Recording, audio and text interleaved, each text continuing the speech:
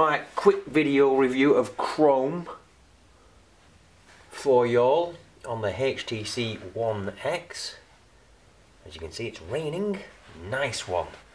Right, so let's see what this Chrome browser beta is all about on Ice Cream Sandwich. So, we boom into there.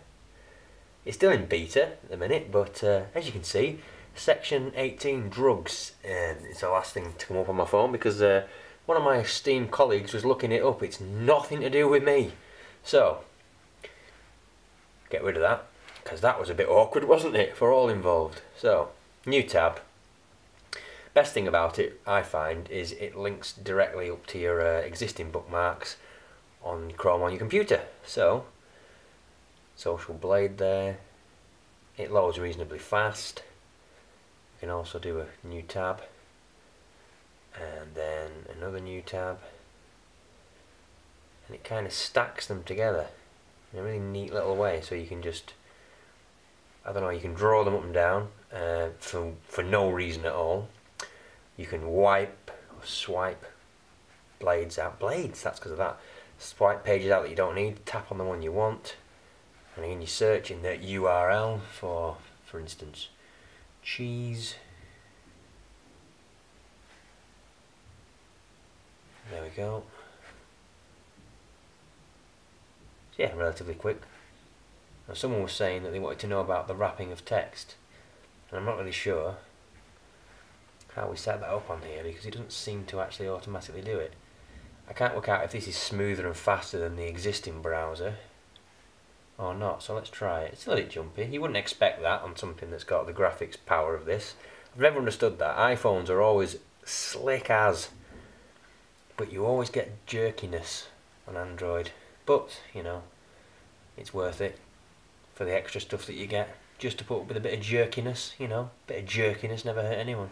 So yeah, this doesn't seem to be wrapping text, so let me just try going back to the standard browser. Here, home. Have I got a shortcut to it? Nope. Where is it? There we go, internet. UK train times, less embarrassing than section 18. So, if we just type cheese in here, and go, cheese.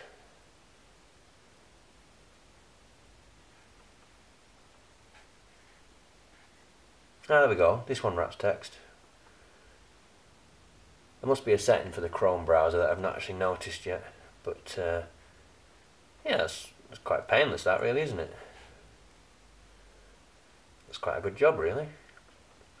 I must admit I do use Chrome more than this, and it is a beta, but I should probably use this more, to be honest. Not that I do much mobile browsing, really, but the text wrapping is actually quite nice there. So let's go back to Chrome. Do it through here, can't we?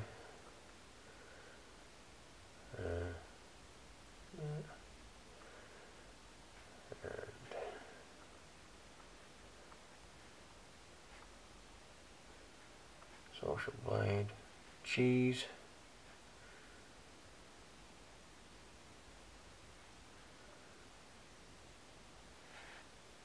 Showing results for cheese.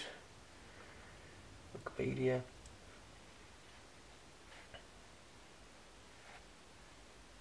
Yeah, must just be a setting.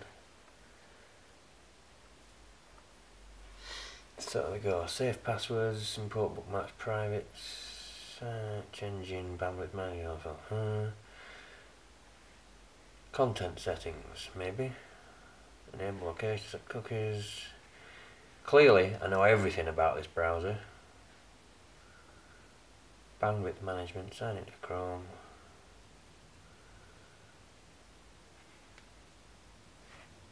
Nope, nothing obvious on there for me.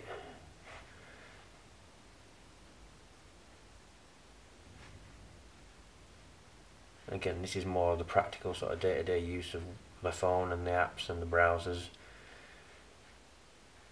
than any sort of in-depth expertise, as I was saying earlier.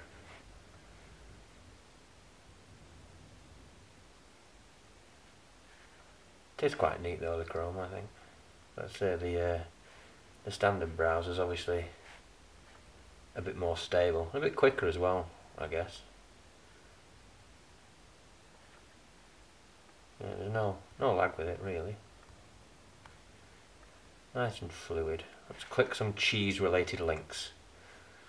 Let's learn about Anato, whatever that is. That looks a bit suggestive, if you're weird like me. So yeah, standard browser's actually quite a lot better, if I'm honest. I'm just that used to sticking to Chrome because I'm a Google head. I really love the Google. I was also asked about panoramic photographs on this here phone. Now, I don't know if I'm going to be able to do this with the camera setup, and this room that we're in here isn't the best environment for a panoramic photograph because there's 4 plain walls of nothing. So let's see if we can do that. Okay, so let's see if we can do this panoramic picture. Probably not, in fairness, but let's try anyway. So A, this is really awkward. Panorama. So there we go, we get this crazy line horizon sort of set, which is great because obviously the idea is to keep it straight. Now as I use the capture button to start the panorama, it's going to want me to move in one of 2 directions. So let's see if I can, right, there we go. Okay. Let's try that again. Let's start again. So now I'm going to turn the camera whilst I'm rotating. So we go, wardrobe there. Man, this is awkward. Yeah, it's not going to happen, is it? It's not going to happen. Really not going to happen. So I got 2, those dots there, I got 2 pictures across of my full panorama. So what I'm going to do is I'm actually going to stand up and do a panorama of this room, and it's going to be so boring, you're going to hate it. So here we go. So I had a good attempt at some panoramic photography, and that's about as far as we got. So we've got a plain old wardrobe and a plain wall, and then we've got just the camera I'm looking through now.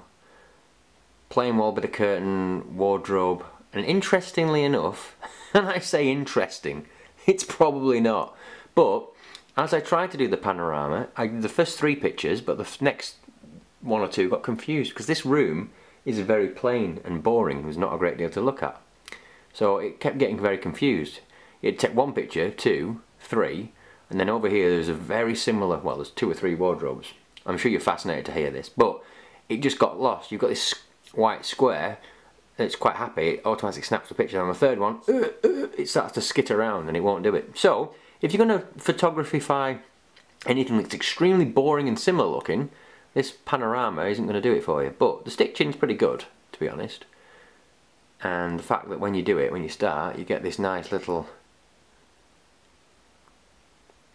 event horizon, if that's even a real word, which it is, but it's part of a black hole.